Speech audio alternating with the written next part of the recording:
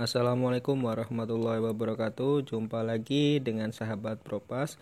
Di video kali ini saya akan membahas penyakit merek Desiase atau kelumpuhan pada ayam ya. Jadi penyakit merek Desiase ini penyakit yang sangat mudah sekali menular.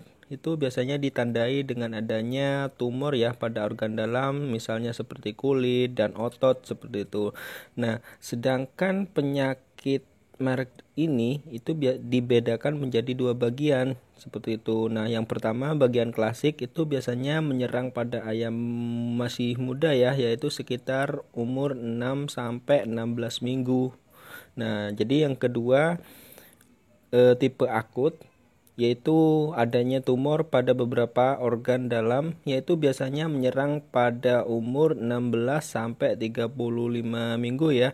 Nah, sedangkan infeksi ini biasanya bersifat kronis ya, yaitu membutuhkan waktu sekitar 4 sampai 6 minggu untuk pembentukan tumor ya. Kemudian diikuti dengan adanya kematian yang sangat tinggi. Itu dapat terjadi akibat penyakit ini menyerang pada umur ini ya, masa produksi telur atau masa mendekati ayam itu bertelur seperti itu. Gejala yang dialami itu biasanya masa inkubasi penyakit merek ini dapat berlangsung selama 2 minggu ya. Jadi infeksi yang berasal dari infeksi virus ini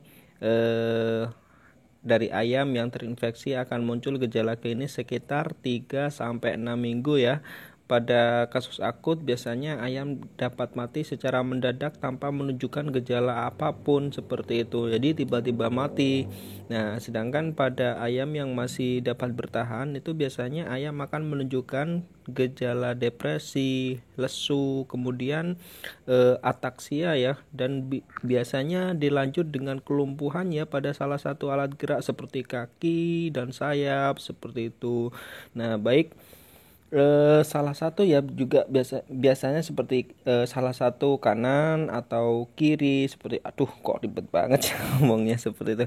Intinya terdapat kelumpuhan di salah satu alat gerak ya seperti kaki atau sayap seperti itu. Sedangkan pada kasus klasik jarang terjadi kematian ya. Jadi ayam itu umumnya mengalami kerusakan seperti pembegakan dan kelumpuhan seperti itu. Nah, itu biasanya juga menyebabkan ini ya gangguan dalam bernapas ya, serta leher menjadi terpeluntir seperti itu. Nah, ini beda seperti ND ya.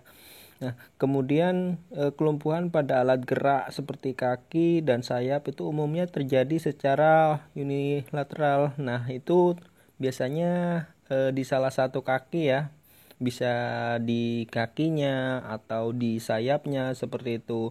Namun tidak menutup kemungkinan kelumpuhan secara bilateral. Jadi terjadi secara bersamaan ya, kanan kiri atau di sayap dan kakinya seperti itu. Nah, sedangkan pada kasus akut itu ditandai dengan adanya tumor ya di salah satu organ dalam seperti hati, paru, jantung, ginjal, limpa, ovarium, usus, seperti itu. Nah, sedangkan penularan penyakit merek Desiase ini biasanya hanya ditularkan secara horizontal ya, jadi tidak secara vertikal. Ini maksudnya itu penularan secara horizontal itu biasanya terjadi secara langsung maupun tidak langsung. Nah, sedangkan penularan secara tidak langsung maksudnya secara langsung dulu ya.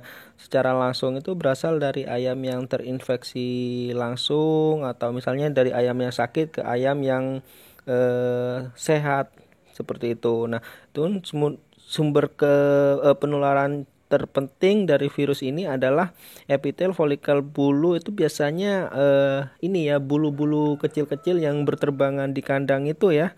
Seperti itu. Nah, sedangkan virus ini bisa bertahan dalam kulit ayam itu selama 76 minggu. Nah, karena daya tahan virus ini biasanya bisa hidup di dalam lingkup tubuh si ayam ini ya. Daya tahan virus di dalam tubuh maupun di lingkungan yang sangat tinggi ya. Jadi maka ayam sakit dan ayam yang sudah sembuh dari penyakit merek Desiase ini bisa menjadi faktor penyebab tersebarnya virus kembali, seperti misalnya seperti pembawa karir seperti itu. Nanti misalnya kalau ada ayam di tempat lain, itu akan tidak penutup kemungkinan ayam di tempat lain tersebut ini ya juga terserang penyakit merek Desiase ini, seperti itu. Sedangkan untuk pengendalian penyakit sendiri, teman-teman bisa melakukan yang pertama nih. Teman-teman wajib membeli DOC yang telah divaksin merek dari perusahaan pembibit. Ya, jadi kepada suppliernya itu teman-teman tanyakan dulu DOC-nya ini sudah divaksin merek Desiase belum, seperti itu.